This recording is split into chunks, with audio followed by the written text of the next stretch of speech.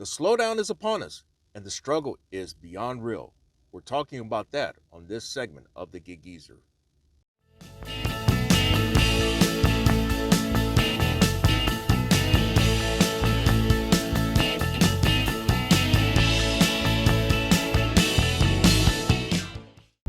Well, everyone, today is Saturday, June 25th, 2022, and I'm in the midst of dropping off a DoorDash order from Pizza Hut, $8, and I'm probably about 6 minutes away given how traffic is in this specific area.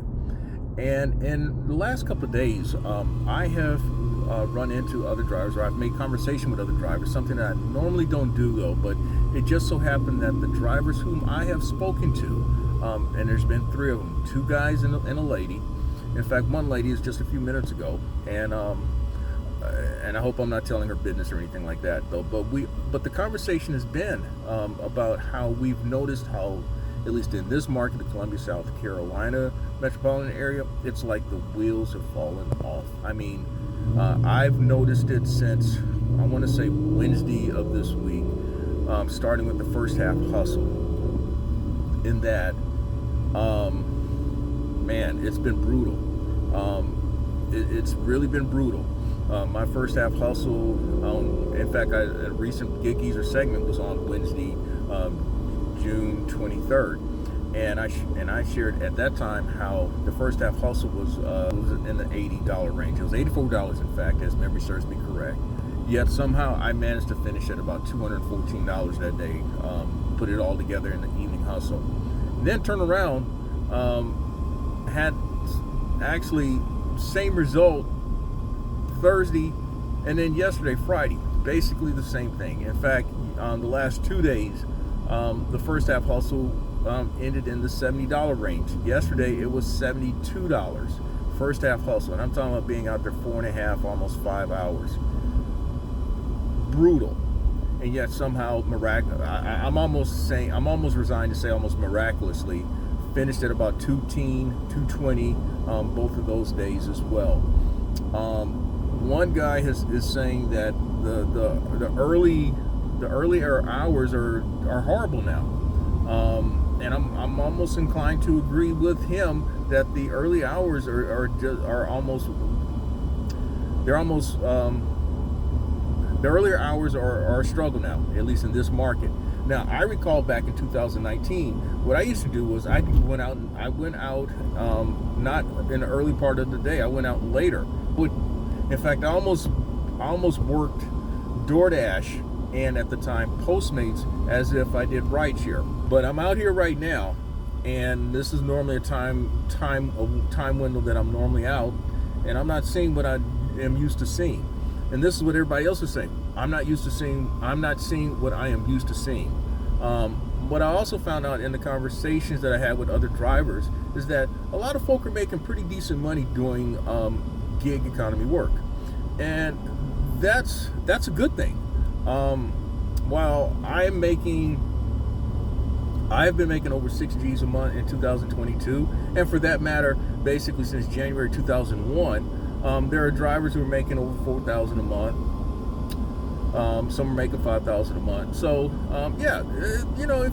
if depending on how much time you're putting into it, you've been getting something out of it.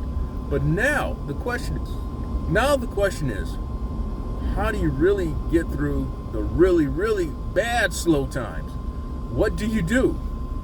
And quite honestly, I don't have an answer. I don't have an answer in the context of what do you do next in terms of working DoorDash, Grubhub, Uber Eats, Waiter/Bite Squad, Ship It, Instacart, Brody, Point Pickup, Uber, Lyft. The other one in this market is Walmart's Spark. What do you do? Those are the main. Those are at least as best that I know, the apps that are in this market. In another market, it could be other apps. That said, I don't know. I've seen people talk of the summer slowdown, But the dynamics in 2022 are completely different than the summer slowdowns that what I recall from 2018, 2019, 2017. Those are the summers that I recall from rideshare. This is a completely different dynamic. We're talking inflation. We're not talking a driver's market in terms of gas prices. There's been the pandemic, and people are now going back to former habits. And you know what's happened is that because of that pandemic, you almost forget about what it was like prior to March 2020. And so I keep reminding myself what it was like in March 2020, prior to March 2020, because I was out there doing what I've been doing. I think back to some segments of the Gig Geezer that I have uploaded in recent weeks and months, and when I shared some things in terms of what I think should be done in terms of maximizing your hustle, they were all based on observations that I had made over a period of time. Well, with the way things are going this week, it kind of, I keep saying how you have to stick to your process, but what is your process in something like this? Do you adjust your goals? My goal has been $200 a day or more, and that seems to be the benchmark number for most gig drivers. If you can make $200 or more in a day, you've done pretty well. And then if you could string them together, as I have, that's even better. But what if your goal is $150 a day? As what one driver shared me, her goal is $150 a day, man. And now, based on the time that she puts in, she's having a hard time getting there. So then, do you now set your goal at $125, $135? What do you do? See, that's the thing.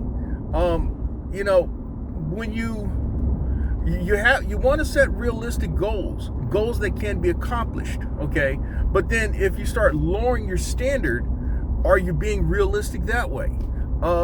These are things that only you can answer, only I can answer. And it's not in the context of uploading a YouTube video. This segment may be about as real can be. I'm right at 3 hours into this hustle. Based on what I have all in hand, I'm at $51, $52, but I just accepted a $15.49 Uber Eats order, and so that should put me within the next 15 minutes, just to tick over 3 hours, at about $66, $67. I mean, anybody who has followed me for some time know that $66, $67 in 3 hours is not Gig Geezer type money. But that may be a reality now for at least the first half hustle. But quite honestly, last night, those were similar numbers. Yet somehow, because I was out a little longer than usual, in a tick over 5 hours, like 5 hours and 15 minutes, I ended up making over $150 for the evening hustle. Even then, I mean, we're talking in $28, $29, and I'm saying, I made that's, this may be the new reality for the foreseeable and for the immediate and foreseeable future with the gig hustling. Again, I'm seeing where drivers are really struggling to make the numbers that they're making. And if you have a big day, first thing you're asked, what market you're at. And then again, some people sometimes people don't always celebrate other people's accomplishments. That's human nature, though. But you can't really get mad at the person if they're in a market where those numbers are still possible. You really can't. One thing that I've said, what I've hinted at, or I've kind of broached in recent segments, is that I have invested in the necessary things that I need to diversify the Gig Geezer YouTube channels. I actually have 2 channels. One has been monetized for a long time. and I've been uploading content, but not really really working towards really building that particular channel. I've been putting a lot of effort in this channel, and it is what it is. That said, the equipment that I've invested in should allow me the opportunity to diversify how I present Gig Geezer content, and it should also allow me the opportunity to diversify the content. So that's what I'm looking at. And I have seen other drivers talk of the same thing, where they are either because of them getting a W-2, but also they feel that this is the direction, the way they need to build their brand. There's a lot of reasons why decisions like those are being made. But yeah, I mean, you know, I think about the grind that I've been putting in, and man, you know, I question my own sanity, quite honestly. I question my sanity in terms of how I go about doing what I'm doing. I really do. Well, here's one for you. On a day like this, you accept a $15.49 order, and even though it's windy, you go. But come to find out, as I showed up, apparently somebody recognized me and told me, hey, there's nobody inside. And I looked over, and you can see here on the inset, if you look very closely, the shades are down. Although there are like 7 or 8 vehicles wrapped around the building, all of them are thinking that there's somebody there waiting to take their order, and there's nobody in there. There's nobody inside. And so I had to contact Uber Eats support and apprise them that, hey, the restaurant is closed. And so all I get out of it is a cancellation fee of $3. So I'm at $54 in 3 hours, and it's not looking good. It's not looking good whatsoever right now. And that's the reality that a lot of drivers this is the reality that a lot of drivers are experiencing, at least this week in my market. This is coming at the end of my hustle. It's almost like a newsflash, and I'm a bit very humbled, sobered by this, and what I'm sharing. I finished today's hustle at $223, almost equaling exactly what I did yesterday. And for the last 4 days, my hustles have been basically the same. Horrible first halves, but somehow things come together in the second half. And I don't know if I'm defying the odds or anything like that. I don't know. I've already voiced, if you can tell in my voice earlier today, I just don't know. I don't have an answer as to why things are slowing up the way they have. One thing I do know is, one of the things that I noticed is that there are more drivers. How do I know that there's more drivers? Because I see those crisply still folded bags that are still bright red color, and that's nothing more than a new Thirsty that just started with DoorDash. That's a very good probability that's what's happening. But that's really not what I'm kind of doing this late breaking news about. The reason why I'm saying that I just finished my hustle, I was out for 4.5 hours. I finished the first half hustle at $82 and change. I'm finishing tonight, this evening hustle, at $140. At least the second half hustle, it took 4.5 hours. I made $140. 40 of it came off of one order. And that was, it was an offer of $12.50 at Sato's DoorDash. I noticed where it was going. It was going to an apartment complex, 3rd floor. Not the most desirable location, but nonetheless, it was an order that I figured I had to do. I figured at $12.50, it puts me at $1.95.75. I need one more order to win for today. I drop off the order, take a picture, knock on the door, and I'm down to the. I make it down to the first level, and the lady's like, excuse me. I have something for you. And I'll meet you halfway. She handed me 5 $1 bills, and I said, thank you.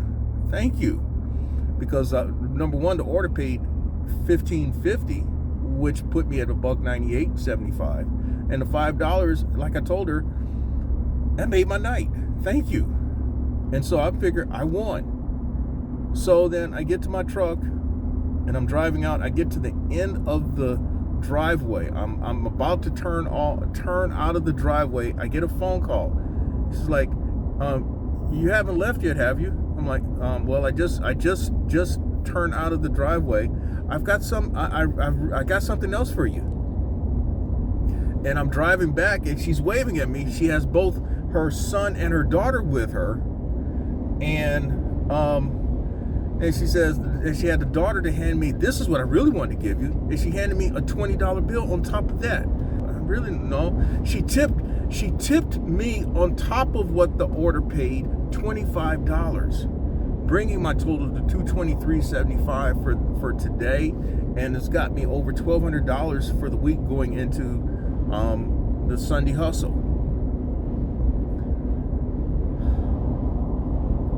What I'm getting at now is, what is it that can be done? Well, number one, I noticed that, the other thing that I want to share is that at Sato's, there's a young lady whom I've encountered a number of times who's handed me the orders, and I'm looking around, I was like, it's slow right now, isn't it? And she's like, yeah, a lot of people are off on vacation right now. That's the Columbia market. And it dawned on me, she could be very well right. Once you get into mid-June, close to July 1st, 4th of July, it does get rather empty around town. And then things start picking up again probably after July 15, because then people start gearing back up for the university with students coming back in, and then with school starting in August. Yeah. But then that doesn't answer the question, what do you do right now? You know, each day that I've dealt with this so far, these last 4 days, each day I just keep pressing, I keep grinding, I try to stay focused. I keep telling myself how many orders I need to get to my number. Yes, I'm aware of the dollars and cents, but I'm also aware of the orders. And this is something I've shared before. And that's what I'm getting at, really. The thing that I've noticed is that you have to still keep grinding. You still got to keep at it. Whatever your number is, whatever your goal is, keep grinding, keep at it. If you want to make this work even in the slower times, that's what I have to share. You have to keep grinding and keep the mindset that, hey, you're going to win. You're going to win some way, somehow. This may not be the most profound thing. I've said something similar to this before. I don't think that what I'm sharing is profound, but at the same time, I hope that it's of some motivation, some encouragement to you. I mean, I'm no different than anyone else. I have faced what I would consider defeat more than my share of times, but yet somehow things work out. And tonight,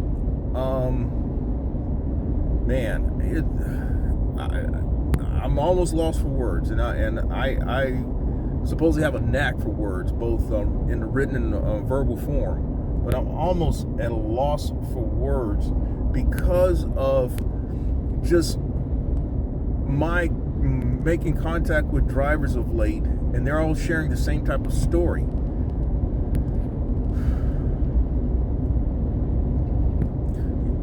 At least in my market, they're all sharing the same type of story in my market. They're like, man, the wheels are falling off. I'm not sure how I'm going to make this happen, how I'm going to make this work. You know, there's the hypersaturation, there's the slowing down, there's people off on vacation. There's not this consistent flow of orders that you saw 6 months ago, 3 months ago. All that wears on you while you're out here. It definitely does. It wears on you. And you really have to be mentally tough and mentally resolved. You have to have a very steely resolve to make it out here, or you won't. You'll be looking at going back to the W-2 world. You'll be looking to do something else. And there's no shame in that decision. But if you choose to do this, there are some things that you just have to be mindful of. And hopefully I'm helping you in that process. And so if you like the content that's been provided in this segment of the Gig Geezer or in any other segment of the Gig Geezer, hit that subscribe button. Give my content a thumbs up. Share my content among others. And I definitely welcome your comments in the section below. I'm Inwood Lane. And as always, may your hustle and may your grind continue.